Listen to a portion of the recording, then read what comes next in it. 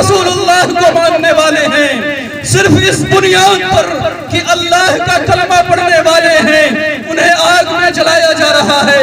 حضرت عبداللہ ابن حذافہ رونے لگتے ہیں، وہ کہتا ہے ارے عبداللہ بزدلی مت دکھا، ابھی بھی میرا وعدہ ہے، ایک مرتبہ کہہ لو محمد جھوٹا ہے، تجھے بھی رہا کر دوں گا، تیرے ساتھیوں کو بھی رہا کر دوں گا۔ میں نے قرآن کریم کی ایک آیت، تھوڑی سی لمبی آیت تلاوت کی، چونکہ مجھے جو عنوان دیا گیا ہے وہ ہے اصلاح معاشرہ۔ ہمارے معاشرے کی، سماج کی اصلاح کیسی ہو، کس طریقے سے ہو، اس کا طریقہ کیا ہو، کمیاں کیا ہیں، کوتاہیاں کیا ہیں۔ میں نے خطبے میں جس آیت کا سہارا لیا ہے، اس میں اللہ تبارک و تعالیٰ نے جو احکامات ہمیں اور آپ کو اور پوری امت کو دیے، اگر واقعی ہم اور آپ ان احکامات کو سمجھ جائیں اور سمجھ کر عمل کرنے والے ہو جائیں تو انشاءاللہ یہ جلسہ بھی کامیاب ہو جائے گا، ہمارا یہاں بیٹھنا بھی کارآمد ہوگا اور معاشرے کی بھی اصلاح ہو جائے گا۔ ہم سب یہ نیت کریں کہ انشاءاللہ عمل کریں گے انشاءاللہ۔ اس آیت میں 5 احکامات بیان کیے گئے ہیں، میں تفصیل کے ساتھ تو نہیں لیکن اختصار کے ساتھ ان 5 احکامات کو آپ کے سامنے بیان کروں گا، اس نیت کے ساتھ، اس ارادے کے ساتھ کہ انشاءاللہ میں بھی عمل کروں گا اور آپ بھی عمل کریں گے۔ اس آیت کے تعلق سے، اس کی فضیلت کے تعلق سے حدیث پاک کے اندر آتا ہے، حضرت عبداللہ ابن مسعود رضی اللہ تعالی عنہ صحابی رسول ہیں، فرماتے ہیں اگر کوئی شخص جناب محمد الرسول اللہ صلی اللہ علیہ وسلم کا وصیت نامہ دیکھنا چاہتا ہے، وصیت نامہ، اسے چاہیے کہ وہ اس آیت کو پڑھے، اس آیت کو سمجھے۔ اس آیت میں خالق کائنات نے جناب محمد الرسول اللہ صلی اللہ علیہ وسلم کے ذریعے سے وصیت فرمائی ہے۔ وصیت، یہ لفظ اس لیے کہہ رہا ہوں کہ وصیت کہتے کس کو ہیں آپ اچھی طرح سے جانتے ہیں، وصیت کی کیا اہمیت ہے آپ جانتے ہیں۔ ایک انسان اپنے مرنے کے بعد جو چیز سب سے زیادہ ضروری سمجھتا ہے، اپنے بیٹوں کو، اپنے اہل و عیال کو، اپنے قریبی رشتہ داروں کو بلا کر کے سمجھاتا ہے، بتاتا ہے کہ دیکھو میرے مرنے کے بعد یہ کر لینا، میرے مرنے کے بعد یہ ضروری کام کر لینا۔ اور اس آیت میں جو احکامات دیے گئے ہیں یہ رسول اللہ کا وصیت نامہ کتنا اہم ہوگا اندازہ لگائیں۔ خود اس آیت کے آخر میں اللہ نے فرمایا ذالکم وصاکم بہ لعلکم تعقلون، اللہ تمہیں وصیت کرتا ہے تاکہ تم سمجھو، تاکہ تم غور کرو، تاکہ تمہاری اور معاشرے کی اصلاح ہو جائے۔ تو انشاءاللہ ان 5 احکامات پر عمل کر کے اپنی ذات کی بھی اصلاح کریں گے، معاشرے کی بھی اصلاح کریں گے۔ وہ 5 چیزیں کیا ہیں؟ سب سے پہلی چیز اللہ نے فرمایا اللہ تشرکو بہ شیئا، اے لوگو، اے انسانوں، اللہ کے علاوہ کسی کو شریک نہ ٹھہرانا، اللہ کے علاوہ کسی کو رب نہ ماننا، اللہ کے علاوہ کسی کو خالق نہ ماننا، اللہ کے علاوہ کسی کو رازق نہ ماننا، اللہ کے علاوہ کسی کو عزت دینے والا نہ سمجھنا۔ وَتُعِزُّ مَن تَشَاءُ وَتُذِلُّ مَن تَشَاءُ، عزت وہی دے گا، ذلت اسی کے ہاتھ میں ہے۔ اے انسانوں یاد رکھنا، بھول کر کے ایسی غلطی مت کرنا۔ اللہ فرماتا ہے ان اللہ لا یغفر ان یشرک بہ ویغفر ما دون ذلک لمن یشاء۔ اے انسان، اے بھولے بھالے انسان، یاد رکھ میں تیرے تمام گناہوں کو معاف کر دوں گا، میں تیرے تمام جرائم کو معاف کر دوں گا، میں تیری تمام نافرمانیوں کو معاف کر دوں گا، لیکن یاد رکھ شرک ایک ایسا جرم ہے، شرک ایک ایسا گناہ ہے میں کبھی بھی معاف کرنے والا نہیں۔ جی ہاں، یہ پہلا حکم ہے۔ اللہ فرماتا ہے انہو من یشرک باللہ فقد حرم علیہ الجنہ ومأواہ النار وما للظالمین من انصار، کہ یاد رکھو مشرک کا ٹھکانہ ہمیشہ ہمیش کے لیے جہنم۔ جی ہاں، مشرک چاہے وہ نماز پڑھتا ہو، مشرک چاہے وہ حج کرتا ہو، مشرک چاہے وہ صدقہ اور خیرات کرتا ہو، لیکن اس کی مغفرت نہیں ہوگی۔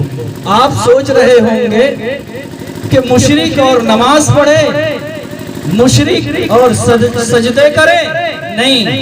آپ قرآن کا مطالعہ کیجئے، احادیث کا مطالعہ کیجئے۔ قرآن ہمیں بتاتا ہے، نبی ہمیں بتاتے ہیں، کفار مکہ حج بھی کیا کرتے تھے، اللہ کے نام پر صدقے اور خیرات بھی کیا کرتے تھے، لیکن یہ تمام اعمال ان کے ضائع اور برباد ہیں، اس لیے کہ ان کے اندر شرک کی چنگاری ہے۔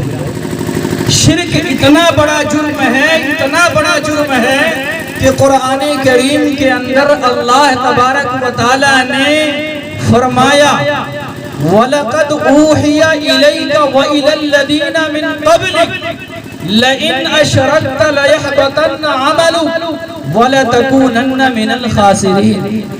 اللہ نے فرمایا آقا کو، امام الانبیاء کو آپ کی طرف وحی بھیجی، جبرائیل امین کو بھیجا اور کہا کہ دیکھو آپ نے یا آپ سے پہلے جتنے انبیاء گزر چکے ہیں، اگر انہوں نے شرک کیا تو نبوت جیسے منصب پر ہوتے ہوئے ہم آپ کو بھی معاف نہیں کریں گے۔ جی ہاں، شرک اتنا قبیح ہے، شرک اتنا گندا ہے، اتنا بڑا ظلم ہے کہ اللہ تمام گناہوں کو معاف کر دے گا لیکن شرک کو معاف نہیں کرے گا۔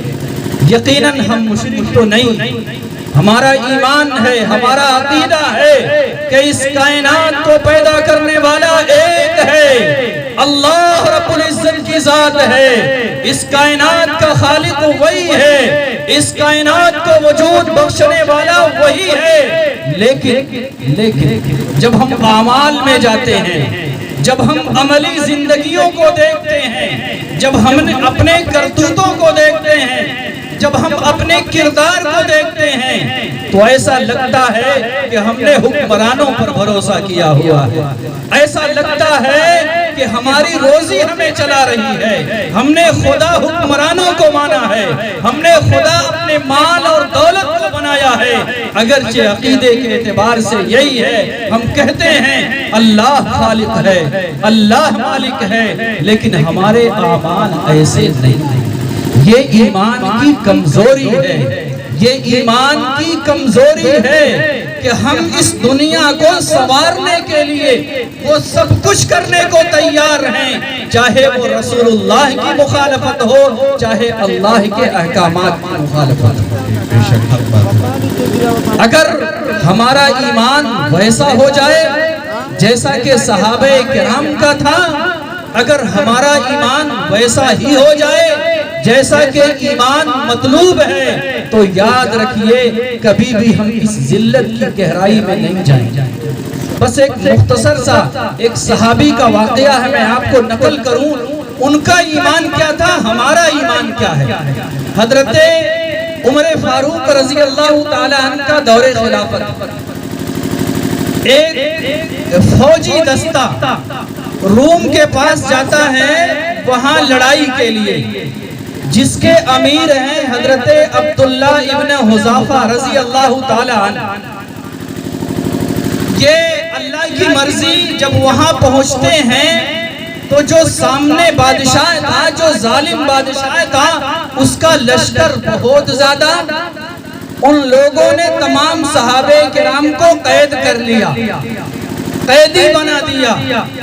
قیدی بنانے کے بعد جو ظالم بادشاہ تھا اس نے امیر المؤمنین، اس دستے کے جو امیر تھے حضرت عبداللہ ابن حذافہ رضی اللہ تعالیٰ عنہ، ان کو بلاتا ہے اپنے سامنے اور کہتا ہے اے عبداللہ، ایسا ہے تم ایک مرتبہ میرے سامنے یہ اقرار کر لو کہ نصرانیت جو مذہب ہے، عیسائیت جو مذہب ہے، یہ حق ہے، یہ سچ ہے، محمد الرسول اللہ جس مذہب کی دعوت دیتے ہیں وہ غلط ہے، محمد الرسول اللہ نعوذ باللہ اپنے دعوے میں جھوٹے ہیں، ایک مرتبہ میرے سامنے یہ اقرار کر لو۔ انہوں نے کہا ایسا تو نہیں ہو سکتا۔ کہتا ہے آدھی سلطنت دے دوں گا، کہہ لو۔ کہتے ہیں نہیں ہو سکتا ہے۔ کہتا ہے پوری سلطنت دے دوں گا، ایک مرتبہ کہہ لو۔ کہتے ہیں کبھی بھی نہیں ہو سکتا۔ وہ ظالم آگے سے کہتا ہے عبداللہ یاد رکھ تیرے ایک ایک قیدی کو تیرے سامنے یہی قتل کروں گا، ذلیل کر کے قتل کروں گا، ایک ایک عضو کو تلواروں کے نوک پہ رکھ کر کے قتل کروں گا۔ میرے سامنے ایک مرتبہ اپنے محمد الرسول اللہ کا انکار کر دو۔ جی ہاں، ہم ہوتے تو کیا کرتے؟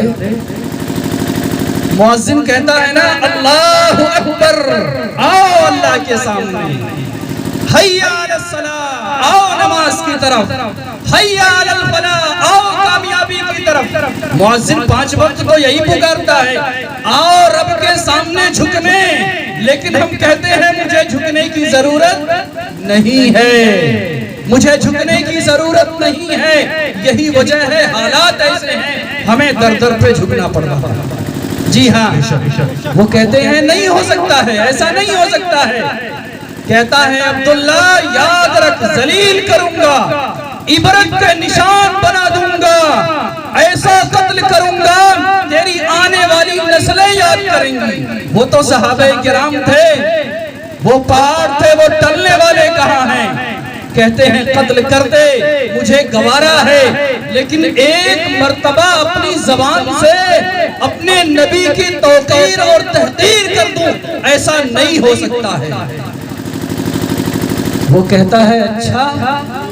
وہ اپنے خادموں کو حکم دیتا ہے، ایک دیگ لایا جاتا ہے، اس میں تیل ڈالا جاتا ہے، اسے آگ پر رکھا جاتا ہے، خوب کھولایا جاتا ہے۔ جب کھولتا ہوا تیل حضرت عبداللہ سے کہتا ہے عبداللہ دیکھ لے، اسی تیل کے اندر تجھے ڈالوں گا، ایک مرتبہ میرے سامنے کہہ دو محمد جھوٹا ہے۔ لیکن حضرت عبداللہ ابن حذافہ وہ ہیں حقیقی مومن، وہ ہیں سچے عاشق، کہتے ہیں ارے ظالم، تیرے اس ڈرانے اور دھمکانے سے میں ڈر جاؤں گا، ایسا نہیں ہو سکتا ہے۔ چنانچہ وہ ظالم، وہ سخت دل انسان حضرت عبداللہ ابن حذافہ رضی اللہ تعالیٰ عنہ کے سامنے ایک قیدی کو بلاتا ہے، ایک صحابی کو بلاتا ہے، آپ کے ایک فوجی کو بلاتا ہے، اس کھولتے ہوئے تیل میں ڈالتا ہے، سیکنڈوں لگتے ہیں، کھال اتر گئی، بالکل وہ جل گئے، تیل کے اوپر تیرتے ہوئے نظر آتے ہیں۔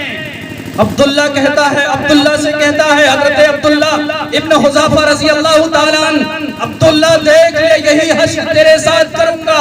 حضرت عبداللہ ابن حذافہ رضی اللہ تعالیٰ عنہ، ان کے آنکھوں سے آنسو کے قطرات گرنے لگتے ہیں، آنکھوں سے آنسو کے قطرات۔ ایک صحابی ہیں صرف اس بنیاد پر کہ محمد الرسول اللہ کو ماننے والے ہیں، صرف اس بنیاد پر کہ اللہ کا کلمہ پڑھنے والے ہیں، انہیں آگ میں جلایا جا رہا ہے۔ حضرت عبداللہ ابن حذافہ رونے لگتے ہیں۔ وہ کہتا ہے ارے عبداللہ بزدلی مت دکھا، ابھی بھی میرا وعدہ ہے، ایک مرتبہ کہہ لو محمد جھوٹا ہے، تجھے بھی رہا کر دوں گا، تیرے ساتھیوں کو بھی رہا کر دوں گا۔ مسلمانوں جواب سننا صحابی رسول کا، اندازہ لگانا اپنے اعمال کا، اندازہ لگانا اپنے اعمال کا، ہم کہاں ہیں، ہمارا ایمان کہاں ہے، ہمارا معاشرہ کہاں ہے۔ وہ کہتے ہیں ارے ظالم، ارے بزدل، تو سمجھتا ہے میں اس لیے رو رہا ہوں مجھے آگ میں جلایا جائے گا، تو سمجھتا ہے میں اپنے جان کی محبت میں رو رہا ہوں، ارے ظالم ہرگز ایسا نہیں ہے، میں تو آج اس لیے رو رہا ہوں، میرے آنکھوں سے آنسو کے قطرات اس لیے گر رہے ہیں، اے کاش آج رب ہمیں ایک نہیں 100 جانے دیتا تو 100 جانے رب کے نام پر قربان کر دیتا، لیکن اپنے نبی کی توہین یہ برداشت نہیں کرتی۔ یہ تھے وہ صحابہ کرام، جی ہاں یہ تھے وہ صحابہ کرام کہ جن کی بدولت آج اسلام ہم تک پہنچا۔ تو سب سے پہلا حکم دیا گیا اللہ رب العزت کے ساتھ کسی کو شریک نہ ٹھہرانا۔ انشاءاللہ اگر ہم نے یہ یقین کر لیا، یہ مضبوط بنا لیا اپنا عقیدہ کہ سب کچھ کرنے والی ذات اللہ کی ہے، تو انشاءاللہ شریعت پر عمل کرنا آسان ہے۔